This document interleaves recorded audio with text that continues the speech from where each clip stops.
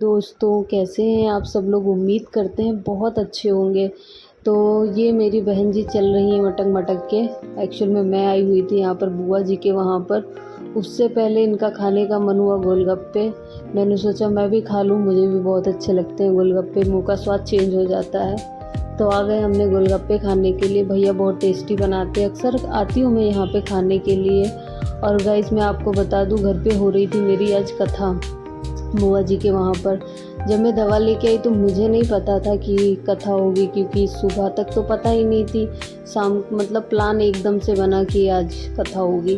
तो मैं आ गई हुई थी और पंडित जी भी बहुत लेट आए थे। इनका इंतज़ार करते करते पूरे 9 बजा दिए और इतनी लेट में हम कथा सुन रहे हैं। पर कोई बात नहीं, आज का दिन शुभ है, सारा दिन ही शुभ है, क्योंकि आज हनुमान जयंती थी। मैं थोड़ा लेट में वीडियो डाल रही हूँ तो उस चीज़ के लिए माफ़ी चाहूँगी आप लोगों से। ये सब लोग आए हुए थे और ये मेरे बुआ जी फूफा जी आगे बैठे हुए हैं और पंडित जी अपने मंत्र उच्चारण कर रहे हैं और मैं भी साथ में थी। ये मेरी चाची हैं, मौसी हैं और अम्मा जी हैं, दादी जी हैं, आंटी जी हैं, सभी लोग हैं। ये स्माइल कर रही है मेरी चाची जान। तो फिर उसके बाद में हम सब लोगों ने ध्यानपूर्वक कथा सुनी। एक चीज़ मैं आपको बताना चाहती हूँ, जो कथा सुनता है वो भी पुण्य कमाता है और जो सुनाता है वो भी पुण्य कमाता है। इसीलिए भगवान के किसी भी कार्य में, पूजा पाठ हो या फिर कथा हो या मंत्र उच्चारण हो, तो ध्यानपूर्वक सुनना चाहिए। तो मैंने सुना और ये देखो बिट्टू ने ले रखे थे ढेर, चाची ने ले रखे थे चावल। तो मैंने कहा क्या करूँगी, मुझे ही दे दो, मैं ही बना के खा लेती हूँ। तो चाची स्माइल करने लगी, हंसने लगी। तो गाइस मैं आपको बता देती हूँ, और यहाँ पर अब पूजा होगी, हवन होगा, हवन होने के बाद में आरती, फिर उसके बाद में, क्योंकि टाइम काफ़ी ज़्यादा हो रहा था और पंडित जी समझा रहे थे, उच्चारण दे रहे थे, कुछ मंत्र वगैरह बोल रहे थे और समझा भी रहे थे। तो यहाँ पे कथा शुरू हो गई थी और साथ में हवन अब चलने जा रहा है। तो सभी लोग अपनी अपनी आहुति डाल रहे थे और पंडित जी मंत्र बोल रहे थे। और जब हवन होता है, एक तो हमारे कमरे के अंदर था तो इसलिए धुआं भी काफ़ी ज़्यादा लग रहा था। और इन बिट्टू को देखा, इनके हाथ में और पैर में इतने सारे पेन के निशान कर लिए, ओहो।